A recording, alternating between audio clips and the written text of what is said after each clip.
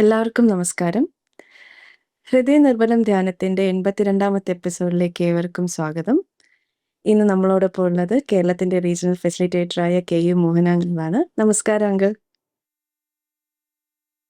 നമസ്തേ doctor Ajaya. Okay. അപ്പം എന്നത്തെയും പോലെ തന്നെ നമുക്ക് സെഷൻ സ്റ്റാർട്ട് ചെയ്യുന്നതിന് മുമ്പ് ഒരു സെൻറ്ററിങ്ങിലൂടെ സ്റ്റാർട്ട് ചെയ്യാം. ഓക്കെ. മൃദുവായി കണ്ണുകൾ അടയ്ക്കുക. നമ്മുടെ ഹൃദയത്തിലുള്ള ദിവ്യ സാന്നിധ്യവുമായി സ്നേഹപൂർവം നമുക്ക് കണക്റ്റ് ചെയ്യാം. ഇനി ഈ ഒത്തുചേരലിൽ പങ്കെടുക്കുന്ന എല്ലാവരുടെയും ഹൃദയവുമായി സ്നേഹപൂർവം നമുക്ക് കണക്റ്റ് ചെയ്യാം. പരസ്പരം കണക്റ്റ് ചെയ്തിരിക്കുന്ന ഹൃദയനിർഭരമായ ഈ അവസ്ഥയിൽ നമുക്കൊരു പ്രാർത്ഥന ചെയ്യാം. നമ്മുടെ ഈ ഒത്തുചേരൽ എല്ലാവരുടെയും സമഗ്രമായ പുരോഗതിക്ക് അനുയോജ്യമാവട്ടെ എന്ന സങ്കല്പത്തിൽ പ്രാർത്ഥനാ നിർഭരമായി നമുക്ക് 2 മിനിറ്റ് ഇരിക്കാം.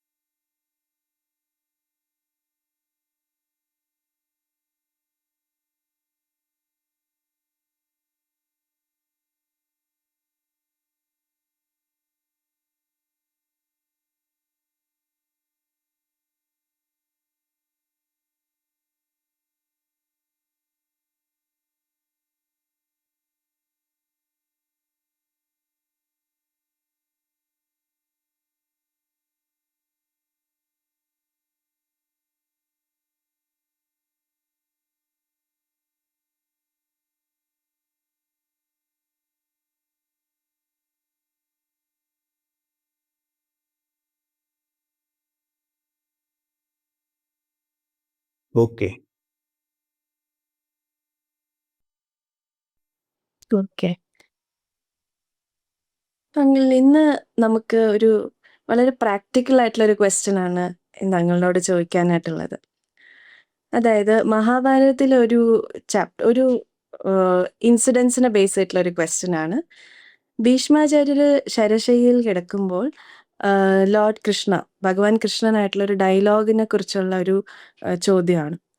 അതായത് എന്തുകൊണ്ടാണ് ഈ അവസ്ഥയിൽ ഭീഷ്മാചാര്യർ എത്തിയത് എന്നുള്ളത് ഭഗവാൻ ശ്രീകൃഷ്ണനോട് ചോദിക്കുമ്പോൾ ഭഗവാൻ ശ്രീകൃഷ്ണൻ പറയാണ്, ഇതിനുള്ള റീസൺ ഈ ജന്മത്തിലോ ലാസ്റ്റ് ഉള്ളൊരു 100 ജന്മം വരെ ഭീഷ്മാചാര്യർ കണ്ടുപിടിക്കാൻ സാധിച്ചില്ല.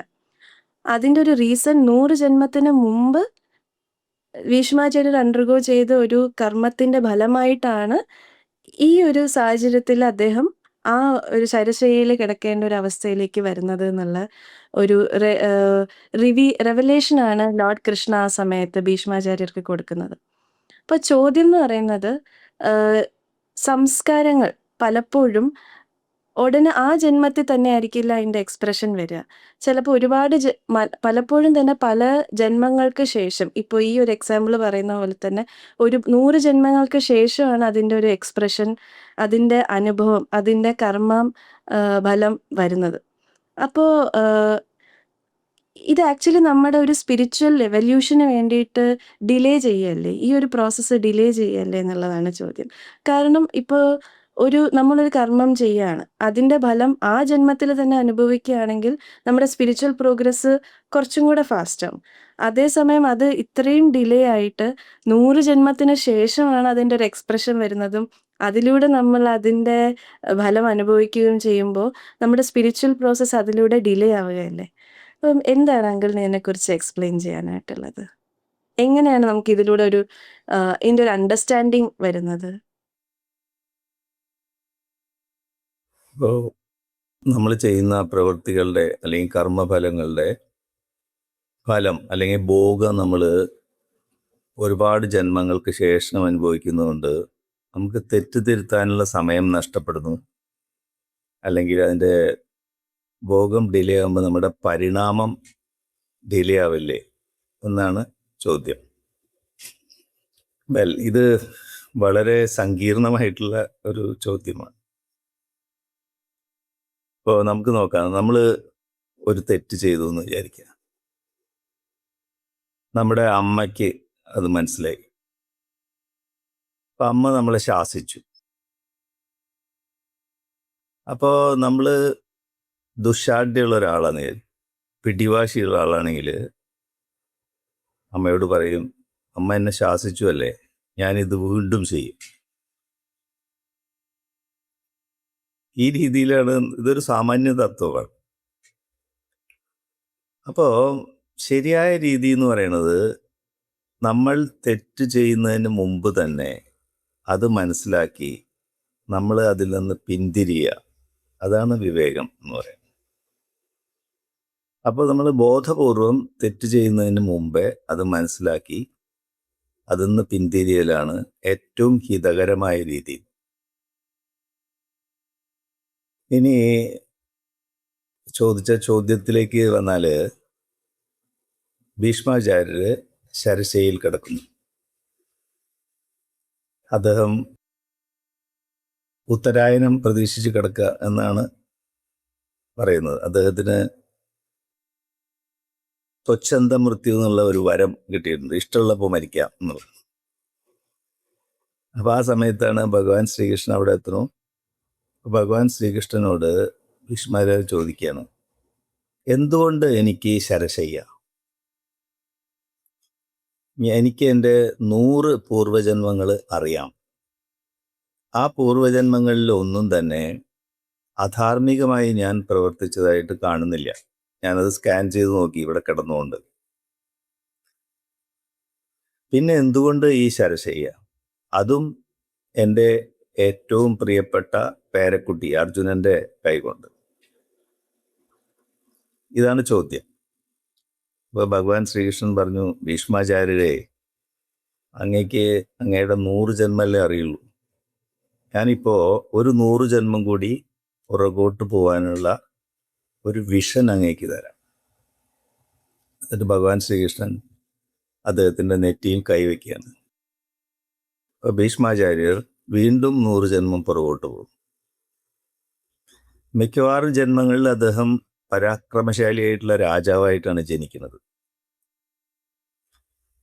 ഒരു ജന്മത്തിൽ ഇതുപോലെ അദ്ദേഹം പരാക്രമശാലിയായിട്ടുള്ള രാജാവാണ്. ഇപ്പോൾ രാജാക്കന്മാർക്ക് ഒരു വിനോദമുണ്ടല്ലോ, മൃഗയ എന്ന് പറഞ്ഞിട്ട്, നായാട്ടിന് പോയി. അപ്പോൾ വാസ്തവത്തിൽ കാട്ടിൽ പോയി മൃഗങ്ങളെയൊക്കെ കൊന്നൊടുക്കി വിനോദം. അതാണ് അത് തുടങ്ങിയത്. നല്ല ഉദ്ദേശത്തിലാണ് തുടങ്ങിയത്. എങ്ങനെയാണെന്ന് വെച്ചാൽ, ഈ കാട്ടിലെ മൃഗങ്ങൾ, ചില പ്രത്യേക ഇനത്തിൽപ്പെട്ട മൃഗങ്ങൾ പെരുകി അവയുടെ എണ്ണം ക്രമാതീതമായി വർദ്ധിക്കുമ്പോൾ അത് നാട്ടിലേക്ക് ഇറങ്ങും.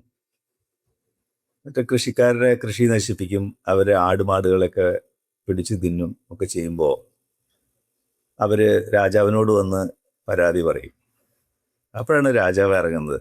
കാട്ടിൽ പോയി ആ പ്രത്യേക ഇനം മൃഗങ്ങളെ മാത്രം കുറച്ച് കൊന്നൊടുക്കും, ഒരു ബാലൻസ് സൂക്ഷിക്കും. ഇതാണ് ആ ചടങ്ങ്. നല്ല ഉദ്ദേശത്തിലാണത്. പിന്നീട് വന്ന രാജാക്കന്മാർ അതൊരു വിനോദമാക്കി മാറ്റി. ബോറടിക്കുന്ന സമയത്ത് കാട്ടിൽ പോയി മൃഗങ്ങളെ, അത് കാണുന്ന മൃഗങ്ങളെയൊക്കെ കൊന്നൊടുക്കുക. ഈ പാണ്ഡവന്മാരുടെ പിതാവ് പാണ്ഡു മഹാരാജന് അങ്ങനെ മൃഗയാ വിനോദത്തിന് പോയ സമയത്ത് പറ്റിയൊരു അബദ്ധം.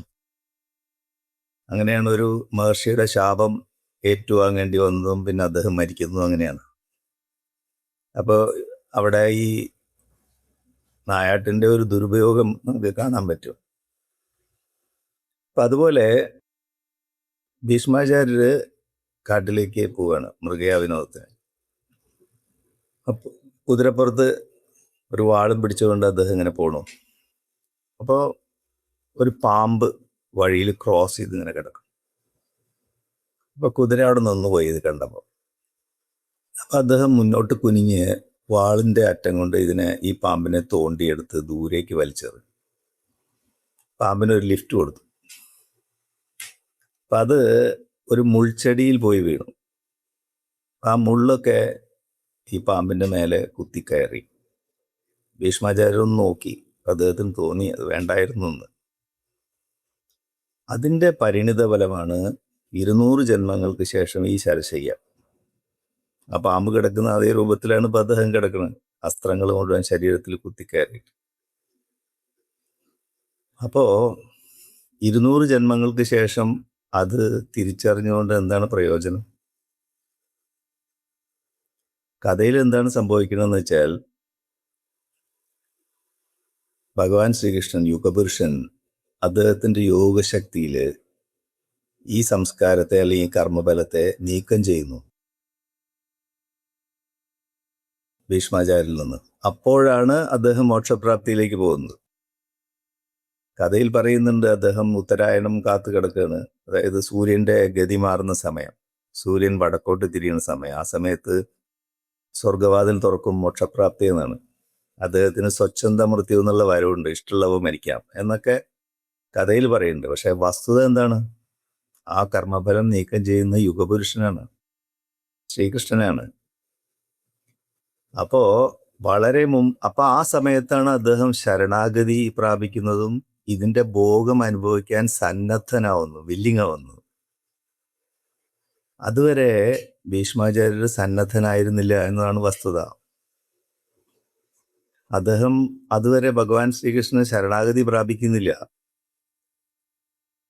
കാരണം ഇപ്പോൾ യുദ്ധം തുടങ്ങുന്നതിൻ്റെ മുമ്പ് അദ്ദേഹം ഭഗവാനോട് ചോദിച്ചിരുന്നു വയ്ക്കുക, ഭഗവാനെ ഞാൻ എന്താ ചെയ്യേണ്ടത് എന്ന് ചോദിച്ചാൽ അദ്ദേഹം പറയും, അങ്ങ് പിതാമഹനാണല്ലോ, ഇത് പേരക്കുട്ടികൾ തമ്മിലുള്ള യുദ്ധമല്ലേ, ഇതിൽ പങ്കെടുക്കേണ്ടതില്ല, മാറി നിന്നുള്ളൂ എന്ന്. അല്ലെങ്കിൽ പറയാം, ധർമ്മത്തിൻ്റെ ഭാഗം പാണ്ഡവന്മാരുടെയാണ്, അവിടെ നിന്നുകൊണ്ട് ഈ അധർമ്മികളെ മുഴുവൻ കൊന്നൊടുക്കൂ, നിങ്ങൾ അതീവ ശക്തിശാലിയല്ലേ. ഈ 2 പരിഹാരമായിരിക്കാം ഭഗവാൻ ശ്രീകൃഷ്ണൻ നിർദ്ദേശിക്കുക. പക്ഷെ അദ്ദേഹം അതൊന്നും ചെവിക്കൊള്ളാൻ അപ്പോൾ സന്നദ്ധനല്ല. അദ്ദേഹം സ്വന്തം പാരമ്പര്യ ധർമ്മം അനുസരിച്ച് ഹസ്തിനപുരത്തെ ഞാൻ സംരക്ഷിക്കുമെന്ന് പ്രതിജ്ഞ ചെയ്തിട്ടുണ്ട് എന്ന് പറഞ്ഞിട്ട് ഈ അധർമ്മത്തിൻ്റെ പക്ഷത്ത് നിന്ന് യുദ്ധം ചെയ്യാണ്. എന്ന് മാത്രമല്ല, ഓരോ ദിവസം അദ്ദേഹം 10,000 പാണ്ഡവ സൈന്യത്തിനെയാണ് നശിപ്പിക്കുന്നത്. 9ാമത്തെ ദിവസമായപ്പോഴേക്കും പാണ്ഡവന്മാരുടെ സൈന്യം വല്ലാണ്ട് മെലിഞ്ഞുപോയി. അവരുടെ ആത്മവിശ്വാസം നഷ്ടപ്പെട്ടു തുടങ്ങി, പരാജയഭീതി. അപ്പോഴാണ് ഭഗവാൻ പറയുന്നത്, ഭീഷ്മാചാര്യരെ വധിക്കേണ്ടത് അനിവാര്യമാണ്.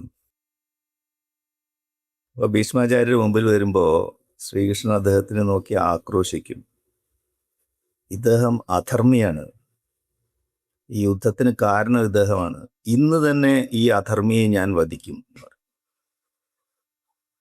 അപ്പോൾ ദേഷ്യം കൊണ്ട് ഭീഷ്മാചാര്യർ ഭഗവാന്റെ നേരെ അസ്ത്രം പ്രയോഗിക്കും. അപ്പോൾ ആ അസ്ത്രങ്ങളെല്ലാം ഭഗവാന്റെ കാൽക്കൽ പുഷ്പങ്ങളായിട്ട് വീഴുകയാണ്. അപ്പോഴാണ് ഭീഷ്മാചാര്യർ ശരണാഗതി ഭാവത്തെക്കുറിച്ച് ആലോചിക്കുന്നത്, അദ്ദേഹം ശരണാഗതിയിലേക്ക് നീങ്ങുന്നത്. അതിനുശേഷം പിന്നെ അത് ശരശയ്യയിലേക്ക് പോകുന്നു. അപ്പോൾ അതുവരെ ഭീഷ്മാചാര്യർ സന്നദ്ധനായിരുന്നില്ല എന്നാണ് കാണിക്കുന്നത്. അപ്പം നേരത്തെ ശരണാഗതി പ്രാപിച്ചിരുന്നുവെങ്കിൽ ഈ പ്രശ്നമില്ല. അതുകൊണ്ടാണ് യോഗ്യനായിട്ടുള്ള ഒരു ഗുരുവിൻ്റെ കീഴിൽ ധ്യാനം പരിശീലിക്കുന്നതാണ് ഏറ്റവും വലിയ മഹാഭാഗ്യം എന്ന് ശങ്കരാചാര്യർ പറയുന്നു. മനുഷ്യത്വം, മുമുക്ഷത്വം, മഹാപുരുഷ സംശ്രയം എന്ന് അദ്ദേഹം പറയും. മനുഷ്യനായി ജനിക്കുക എന്നുള്ളത് മഹാഭാഗ്യമാണ്. മുമുക്ഷു എന്ന് പറഞ്ഞാൽ മോക്ഷപ്രാപ്തിക്ക് വേണ്ടിയിട്ടുള്ള ആഗ്രഹം, അത് മഹാഭാഗ്യമാണ്. പക്ഷേ ഏറ്റവും വലിയ മഹാഭാഗ്യം എന്ന് പറയുന്നത് നമ്മൾ ജീവിച്ചിരിക്കുന്ന കാലഘട്ടത്തിൽ യോഗ്യനായ ഒരു ഗുരുവിനെ കണ്ടെത്തി അദ്ദേഹത്തെ തിരിച്ചറിഞ്ഞ് അദ്ദേഹത്തിൻ്റെ കീഴിൽ ധ്യാനം പരിശീലിക്കുകയാണ് മഹാപുരുഷ സംശ്രയം എന്ന്. ഇപ്പൊ ഭഗവത്ഗീതയിലും പറയുന്നുണ്ട്, ധ്യാനം കർമ്മഫലത്യാഗം ത്യാഗാത് ശാന്തി അനന്തരം. ധ്യാനം എന്ന് പറഞ്ഞാൽ കർമ്മഫലങ്ങളെ ത്യജിക്കുന്ന പ്രക്രിയയാണ്. നമ്മൾ ധ്യാനത്തിലിരിക്കുന്നു, ഹൃദയത്തിലെ ദിവ്യപ്രകാശം എന്നുള്ള സങ്കല്പത്തിൽ. അപ്പോൾ ഉയർന്നു വരുന്ന മറ്റ് ചിന്തകളാണ് ഈ കർമ്മഫലങ്ങൾ അല്ലെങ്കിൽ സംസ്കാരങ്ങൾ. അതുകൊണ്ടാണ് അതിനോട് സാക്ഷിഭാവം നമ്മൾ പുലർത്തണമെന്ന് പറയുന്നത്. അപ്പം അത് നമ്മളെ വിട്ടുപോകും. അപ്പോൾ സംസ്കാരങ്ങളുടെ ഭോഗത്തിനുള്ള ഒരു എളുപ്പവഴിയാണ് ധ്യാനം എന്ന് പറയാം. അതിന് നമ്മളൊരു ഗുരുവിനെ ശരണാഗതി പ്രാപിക്കേണ്ടിയിരിക്കും. ഇവിടെ ഈ ജന്മങ്ങളിലൊന്നും തന്നെ ഭീഷ്മാചാര്യർ അതിന് സന്നദ്ധനായിരുന്നില്ല എന്ന് വേണം വിചാരിക്കാൻ. അദ്ദേഹത്തിനോട് നിങ്ങൾ ചെയ്യുന്നത് തെറ്റാന്ന് പറഞ്ഞാൽ പറയാൻ തന്നെ ബുദ്ധിമുട്ടാണ്. കാരണം അപ്പം തന്നെ അദ്ദേഹം അസ്ത്രം എടുക്കും. അപ്പം എങ്ങനെയാണ് അദ്ദേഹത്തിനെ പറഞ്ഞ് ബോധ്യപ്പെടുത്തുക നിങ്ങൾ ചെയ്യുന്നത് തെറ്റാണെന്ന്? ഭഗവാൻ ശ്രീകൃഷ്ണൻ മാത്രമേ അത് സാധിക്കൂ. അപ്പോൾ നമ്മൾ മനസ്സിലാക്കേണ്ടത് എന്താണെന്ന്, പ്രകൃതി ഈ സംസ്കാരങ്ങളുടെ ഭോഗം അനുഭവിക്കാൻ ഇത്രമാത്രം കാലതാമസം വരുത്തുന്നു എന്നത് ഒരു നിഗൂഢമായിട്ടുള്ള രഹസ്യമായിട്ട് നമുക്ക് തോന്നും. ഇനി നമുക്ക് മറ്റൊരു രീതിയിൽ ആലോചിക്കാം. ഇപ്പം നമ്മൾ ഒരു നല്ല പ്രവൃത്തി ചെയ്തു, അതിനെക്കുറിച്ച് നമ്മൾ ബോധവാനാണ്. ഉടനെ തന്നെ നമ്മൾ അതിൻ്റെ ഫലം പ്രതീക്ഷിക്കും, ഇല്ലേ? ഇനി നമ്മൾ ഇന്ന് ചെയ്ത തെറ്റുകളെല്ലാം നമുക്കറിയാം എന്ന് വിചാരിക്കുക. നാളെ നമ്മൾ തിരുത്താൻ തയ്യാറാവോ? നമ്മൾ ബഹുഭൂരിപക്ഷം അതിന് തയ്യാറാവില്ല എന്നതാണ് വസ്തുത. ഇപ്പോൾ മഹാഭാരതത്തിൽ ദുര്യോധനൻ ഭഗവാൻ ശ്രീകൃഷ്ണനോട് പറയും, കൃഷ്ണ, ധർമ്മം എന്താണെന്ന് എനിക്കറിയാം, ഒരിക്കലും ഞാനത് ചെയ്യില്ല, ചെയ്യാൻ സാധ്യമല്ല. അധർമ്മം എന്താണെന്ന് എനിക്കറിയാം, പക്ഷെ ഒരിക്കലും അതിൽ നിന്ന് പിൻവാങ്ങാൻ എനിക്ക് സാധ്യമല്ല. ജാനാമി ധർമ്മം നചമേ പ്രവൃത്തി, ജാനാമി അധർമ്മം നചമേ നിവർത്തി. അപ്പോൾ എന്തോ ഒന്ന് എന്നെ ഈ അധർമ്മം ചെയ്യാൻ ഇങ്ങനെ ഉള്ളുന്ന് പ്രേരിപ്പിച്ചുകൊണ്ടേയിരിക്കും. അപ്പോൾ കർമ്മഫലങ്ങൾ അടിഞ്ഞുകൂടി ഒരു പ്രത്യേക രീതിയിൽ പ്രതികരിക്കുന്ന രീതിയിലാണ് അദ്ദേഹം ഉള്ളത്. പക്ഷെ അദ്ദേഹം സത്യസന്ധമായിട്ടാണ് പറയണത്, എനിക്ക് സാധ്യമല്ല, ഞാൻ നിസ്സഹായനാണെന്ന്. അപ്പോൾ ദുര്യോധനന് ധർമ്മം എന്താണെന്നറിയാം, അധർമ്മം എന്താണെന്നറിയാം, അദ്ദേഹം സത്യസന്ധനുമാണ്. നമ്മളോ, നമുക്ക് ധർമ്മം എന്താണെന്നറിയില്ല, അധർമ്മം എന്താണെന്നറിയില്ല, സത്യസന്ധതയില്ല. അപ്പോൾ ആ അർത്ഥത്തിൽ ദുര്യോധനേക്കാൾ മോശമായ അവസ്ഥയിലാണ് നമ്മൾ. ഇനി നമുക്കറിയാം, ഇപ്പം മാസ്റ്റർ നമ്മളോടൊരു കാര്യം പറയാം, നിങ്ങളുടെ ഈ മനോഭാവം ശരിയല്ല, ഒന്ന് മാറ്റണം എന്ന് പറഞ്ഞാൽ മാറ്റാൻ നമ്മൾ തയ്യാറാവുമോ? ബാബുജി മഹാരാജ് ആവർത്തിച്ച് പറഞ്ഞിട്ടുള്ളതാണ്, ധ്യാനം, ശുദ്ധീകരണം, പ്രാർത്ഥന, ഈ 3 പരിശീലനങ്ങൾ ഒരു കാരണവശാലും നമ്മളത് മാറ്റിവെക്കാൻ പാടില്ല. എന്താജി പറയും, നോൺ നെഗോഷ്യബിളാണ്, അതിൽ ബാർഗെയിൻ ചെയ്യരുത്. പക്ഷേ നമുക്കെല്ലാവർക്കും അത് പാലിക്കാൻ സാധിക്കാറുണ്ടോ? അപ്പോൾ ഞാൻ 5 മിനിറ്റ് മുമ്പ് ഒരു തെറ്റ് ചെയ്തു, അല്ലെങ്കിൽ 5 വർഷം മുമ്പ് ഒരു തെറ്റ് ചെയ്തു, അല്ലെങ്കിൽ 100 ജന്മങ്ങൾക്ക് മുമ്പ് ഒരു തെറ്റ് ചെയ്തു എന്ന് മനസ്സിലാക്കുന്നത് കൊണ്ട് എന്താണ് പ്രയോജനം? നമ്മൾ സന്നദ്ധനാവുമ്പോഴാണ് അതിൻ്റെ ഭോഗം ആരംഭിക്കുന്നത് നമ്മൾ പറഞ്ഞു. അപ്പം നമ്മൾ സന്നദ്ധനാണെങ്കിൽ, തെറ്റ് തിരുത്താൻ നമ്മൾ തയ്യാറാണെങ്കിൽ, തെറ്റ് ചെയ്യുന്നതിന് മുമ്പ് തന്നെ അതിനെക്കുറിച്ച് ബോധവാനായി നമ്മൾ അതിൽ നിന്ന് പിന്മാറും. അപ്പം ഇതിൻ്റെ ഭോഗത്തിൻ്റെ പ്രശ്നം തന്നെ വരുന്നില്ല. ഒരിക്കൽ ചെയ്തു കഴിഞ്ഞാൽ പിന്നെ ആർക്കും അത് തടയാൻ സാധ്യമല്ല, അതിൻ്റെ ഭോഗം അനുഭവിക്കുക മാത്രമേ നിവൃത്തിയുള്ളൂ. ഇപ്പോൾ ഹാർട്ട്ഫുൾനെസ്സിൽ നമുക്ക് 13 ചക്രങ്ങളെ കുറിച്ച് നമ്മൾ പറയുന്നില്ലേ, അത് ഒരു നിലയ്ക്ക് പറഞ്ഞാൽ ഒരു ഷോക്ക് അബ്സോർബർ പോലെ ഈ ചക്രങ്ങൾ വർക്ക് ചെയ്യുന്നു. അതിൽ പ്രധാനപ്പെട്ട സംസ്കാരങ്ങൾ പ്രധാനമായിട്ടും അടിഞ്ഞുകൂടുന്നത് ഹൃദയമണ്ഡലത്തിലെ ആദ്യത്തെ 5 ചക്രങ്ങളിലാണ്. അപ്പോൾ ആ ചക്രങ്ങളിൽ കർമ്മഫലങ്ങൾ അല്ലെങ്കിൽ മുദ്രകൾ അടിഞ്ഞുകൂടി അത് നിറഞ്ഞ് കവിഞ്ഞ് ഒഴുകുമ്പോഴാണ് സംസ്കാരങ്ങളുടെ ഭോഗം അനുഭവിക്കുന്നത്. അപ്പോൾ ഒരു നിലയ്ക്ക് പറഞ്ഞാൽ ഈ ചക്രങ്ങൾ ഒരു ഷോക്ക് അബ്സോർബർ പോലെയാണ്. ഇപ്പോൾ പ്രകൃതിയുടെ ഒരു ഉദാര മനസ്ഥിതിയാണ് അങ്ങനെ സംഭവിക്കുന്നത്. ഈ ചക്രങ്ങളിൽ അത് ഭോഗത്തിന് നമ്മൾ സന്നദ്ധരാകുമ്പോഴാണ് അത് വാസ്തവത്തിൽ ഭോഗം ആരംഭിക്കുന്നത്. അതാണ് ഈ ഡിലേ. ഇപ്പോൾ നമുക്കറിയാം, ഇപ്പോൾ നിയമവ്യവസ്ഥിതിയിൽ തന്നെ ഒരാൾ ഒരു തെറ്റ് ചെയ്തു, ഒരാൾ കൊലപാതകം ചെയ്തു എന്ന് വിചാരിക്കുക. അതിന് സാക്ഷികളുണ്ട്, തെളിവുകളൊക്കെ ഉണ്ട്. കോടതി വിചാരണയ്ക്ക് കഴിഞ്ഞ് അദ്ദേഹത്തിന് ശിക്ഷിക്കുമ്പോഴേക്കും ചിലപ്പോൾ 5, 6, 10 വർഷം കഴിഞ്ഞിട്ടുണ്ടാവും, ഇല്ലേ? ഉടനെ തന്നെ ശിക്ഷ കിട്ടുന്നില്ല. എല്ലാവർക്കും അറിയാം, കാര്യങ്ങളൊക്കെ വ്യക്തമാണ്. എന്നാലും ശിക്ഷ നടപ്പാക്കാൻ വർഷങ്ങളെടുക്കുന്നു. ഒരു പക്ഷേ അപ്പോഴായിരിക്കാം ഈ വ്യക്തി അതിൻ്റെ ഭോഗം അനുഭവിക്കാൻ സന്നദ്ധനാവുന്നു. അതുകൊണ്ടാണ് ബാബുജി മഹാരാജ് പറയുന്നത്, സംസ്കാരങ്ങൾ അനുകൂല സാഹചര്യത്തിലാണ് അത് പുറത്തു വരിക. അനുകൂല സാഹചര്യം അനുകൂലമാവുമ്പോൾ സംസ്കാരങ്ങളുടെ ഭോഗം ആരംഭിക്കുന്നു എന്ന് ബാബുജി മഹാരാജ് പറയുന്നു. ഹാർട്ട്ഫുൾനെസ്സിൽ ക്ലീനിങ് അതിനൊരു പരിഹാരമാണ്. നമ്മൾ പറഞ്ഞു 3 ലെവലിൽ ഹാർട്ട്ഫുൾനെസ്സിൽ ക്ലീനിങ് നടക്കുന്നുണ്ട്. നമ്മൾ സ്വന്തമായിട്ട് ചെയ്യുന്ന ഡെയിലി ക്ലീനിങ്, റിസപ്റ്റർമാരുമായിട്ടുള്ള സിറ്റിംഗ്, അതിലുള്ള ക്ലീനിങ്, ഞായറാഴ്ച തോറുള്ള സത്സംഗം, മാസ്റ്ററുമായിട്ടുള്ള സത്സംഗങ്ങളിൽ ജന്മജന്മാന്തരങ്ങളിലെ സംസ്കാരങ്ങൾ അദ്ദേഹം നീക്കം ചെയ്യുന്നു. ഹാർട്ട്ഫുൾനെസ് വലിയൊരു വാഗ്ദാനമാണ് നമുക്ക് തരുന്നത്. അതുപോലെ ഹാർട്ട്ഫുൾനെസ് പ്രാർത്ഥന ഒരു ആശ്വാസം നമുക്ക്. ഇനി 10ാമത്തെ മാക്സിം ഇല്ലേ നമ്മുടെ, അത് ഇതിലേക്ക് വിരൽ ചൂണ്ടുന്ന ഒരു പ്രധാനപ്പെട്ട നിർദ്ദേശമാണ്. എന്താണ് 10ാമത്തെ മാക്സിം?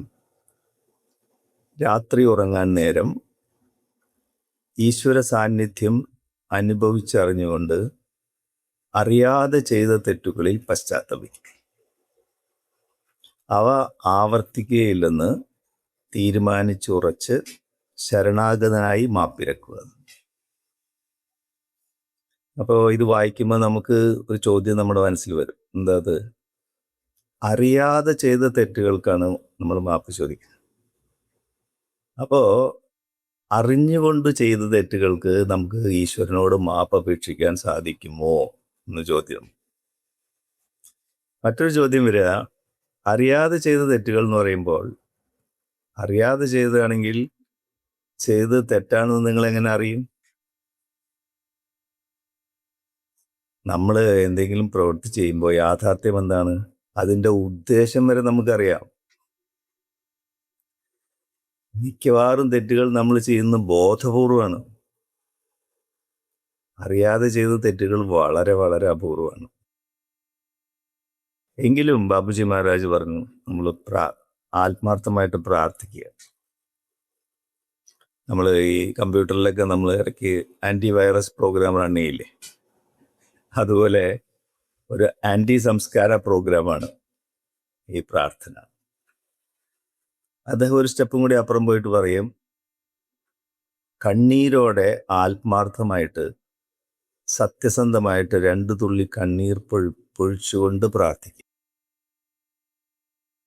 ഒരുപക്ഷെ നമുക്ക് മാപ്പ് ലഭിക്കാൻ സാധ്യതയുണ്ട്. അപ്പോൾ അല്ലാതെ ഇന്ന് നമ്മൾ ഒരു തെറ്റ് ചെയ്തു, സോറി ട്ടോ, എന്നോട് ക്ഷമിക്കണം.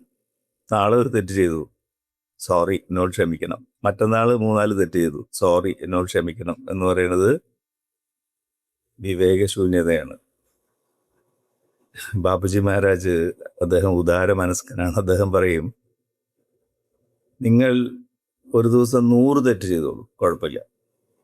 തെറ്റ് ചെയ്യുക എന്നുള്ളത് മനുഷ്യ സഹജമാണ്. പക്ഷേ ആ തെറ്റുകൾ ആവർത്തിക്കരുത്.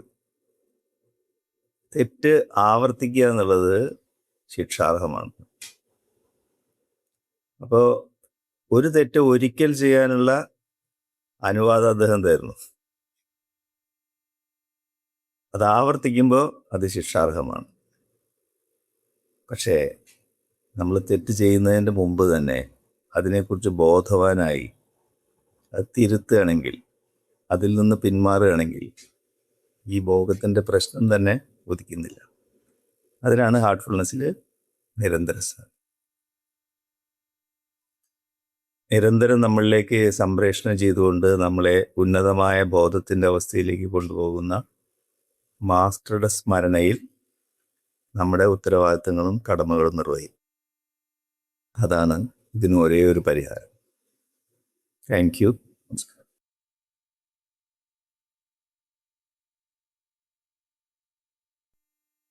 Thank you so much uncle. എന്താ പറയേണ്ടതെന്നറിയില്ല. കാരണം ഈ ഒരു ആൻസറിലൂടെ ഒരുപാട് കാര്യങ്ങളാണ് റിവീൽ ചെയ്തത്. നമ്മുടെ ഹാർട്ട്ഫുൾനെസ്സിൻ്റെ ഓരോരോ പ്രാക്ടീസ്, അതിൻ്റെ ഇമ്പോർട്ടൻസ് എന്താണ്, ബെഡ് ടൈം പ്രയറിൻ്റെ ഇമ്പോർട്ടൻസ് എന്താണ്, ശരണാഗതി. നമ്മൾ പറയുമ്പോൾ എളുപ്പമാണെങ്കിലും അത് പ്രാക്ടീസിലൂടെയാണ് ശരിക്കും ശരണാഗതി എന്നൊരു ഭാവം വരുന്നതും അതിലൂടെയാണ് ഇത്തരം സംസ്കാരങ്ങളിൽ നിന്ന് നമുക്ക് ഫ്രീഡം അല്ലെങ്കിൽ അതിൽ നിന്ന് പുറത്തിറങ്ങാൻ പറ്റുന്നത് എന്നുള്ളതിനെക്കുറിച്ചൊരു കോംപ്രിഹെൻസീവ്, വളരെ ഇൻഡെപ്ത് ആയിട്ട് അങ്കിള് അതിനെക്കുറിച്ച് സംസാരിക്കേണ്ടായി. Thank you so much. ഉറപ്പായിട്ടും നമ്മുടെ പ്രേക്ഷകർക്ക് എല്ലാവർക്കും തന്നെ പ്രാക്ടീസിൻ്റെ ഇമ്പോർട്ടൻസും എസ്പെഷ്യലി ആ 10th മാക്സിമം അങ്കിൾ പറഞ്ഞ മാതിരി ബെഡ് ടൈം പ്രയറിൻ്റെ ഇമ്പോർട്ടൻസും ഫീൽ ചെയ്തിട്ടുണ്ടാവും എന്ന് വിശ്വസിക്കുന്നു. Thank you again uncle. അപ്പോൾ ഇന്നത്തെ സെഷൻ വൈൻഡപ്പ് ചെയ്യുന്നതിന് മുമ്പ് ആദ്യമായിട്ട് നമ്മുടെ ഹൃദയനിർഭരം ധ്യാനം കേൾക്കുന്ന എല്ലാവർക്കും മെഡിറ്റേഷൻ എങ്ങനെയാണ്, ഹാർട്ട്ഫുൾനെസ് മെഡിറ്റേഷൻ എങ്ങനെയാണ് ചെയ്യേണ്ടതെന്നൊന്ന് ബ്രീഫ് ചെയ്യാം. ആദ്യം തന്നെ നമ്മൾ ശരീരവും മനസ്സും പൂർണ്ണമായും ഒരു വിശ്രമാവസ്ഥയിലേക്ക് കൊണ്ടുവരികയാണ്. ഭൂമാതാവിൽ നിന്നും ഒരു നേരിയ ഊർജം കാൽപാദങ്ങളിലൂടെ ശരീരത്തിൻ്റെ എല്ലാ ഭാഗത്തും വ്യാപിച്ച് ശരീരത്തിലെ ഓരോ പേശികളും വിശ്രമാവസ്ഥ അനുഭവിക്കുന്നതായി അറിയുക.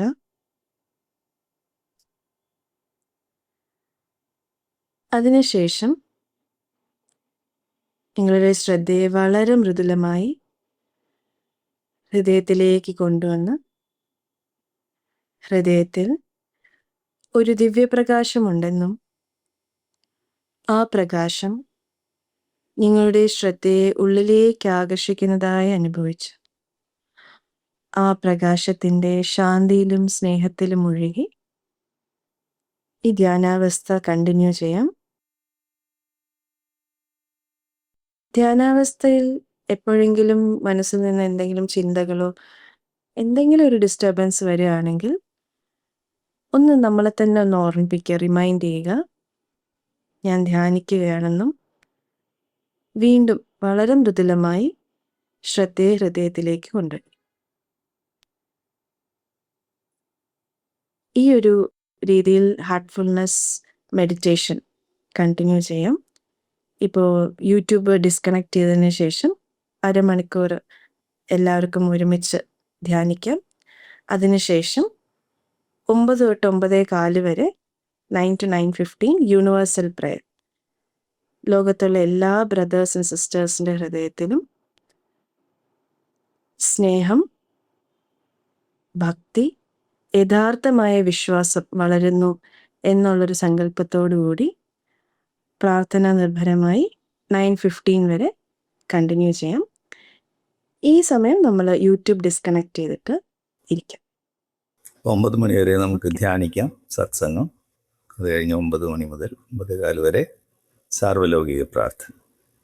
ഈ സമയത്ത് നമ്മൾ യൂട്യൂബ് ഡിസ്കണക്ട് ചെയ്യണം. Thank you. നമസ്കാരം. Thank U.